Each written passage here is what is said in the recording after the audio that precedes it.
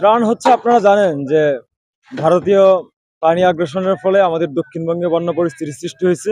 তো এই মুহূর্তে যখন একটা অভ্যুত্থানের মাধ্যমে নতুন একটা সরকার ক্ষমতায় বসছে, সেই মুহূর্তে আসলে দেশের জনগণের সহযোগিতার জন্য বন্যা কবলিত মানুষদের যাতে উপকার হয় সেজন্য বৈষম্য বিরোধী ছাত্র আন্দোলনের পক্ষ থেকে আমরা সাধারণ মানুষের কাছ থেকে সাহায্য সহযোগিতা নিয়ে এখান থেকে ত্রাণ আমরা প্যাকেট করতেছি এবং আমাদের এই ত্রাণগুলো নোয়াখালী কুমিল্লা অঞ্চলে চলে যাবে।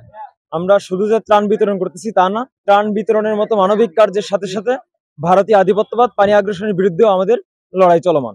আজকে আমাদের সারাদিন যে কার্যক্রম ছিল, এখানে নগদ অর্পণ করা হয়েছে।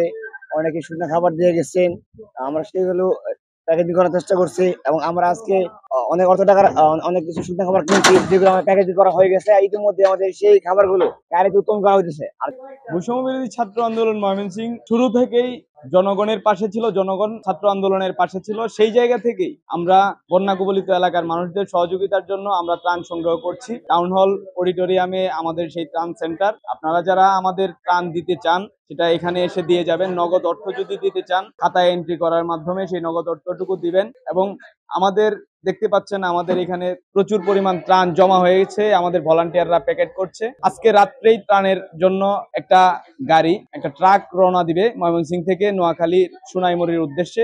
আগামীকালকে সকালে সেখানে ত্রাণ বিতরণ শুরু হবে। এবং আপনাদেরকে আমরা জানাতে চাই, আমাদের এই ত্রাণ কার্যক্রম ততদিন পর্যন্ত চলবে যতদিন পর্যন্ত বন্যা কবলিত মানুষগুলো একটু শান্তিতে না থাকতে পারবে, ততদিন পর্যন্ত আমাদের কার্যক্রম চলবে। এবং আমরা এই বৈষম্য বিরোধী ছাত্র আন্দোলন করার পর থেকে সাধারণ শিক্ষার্থীরা আসলে মানবিক হয়ে উঠেছে। আগের মতো কাউকে ভয় পায় না, এখন সবাই ঐক্যবদ্ধ। যে কারণে এই বন্যার সময়ে সবাই ঐক্যবদ্ধভাবে বন্যা কবলিত এলাকার পাশে আছে এবং আমরা ময়মনসিংহে ত্রাণ কার্যক্রম করছি।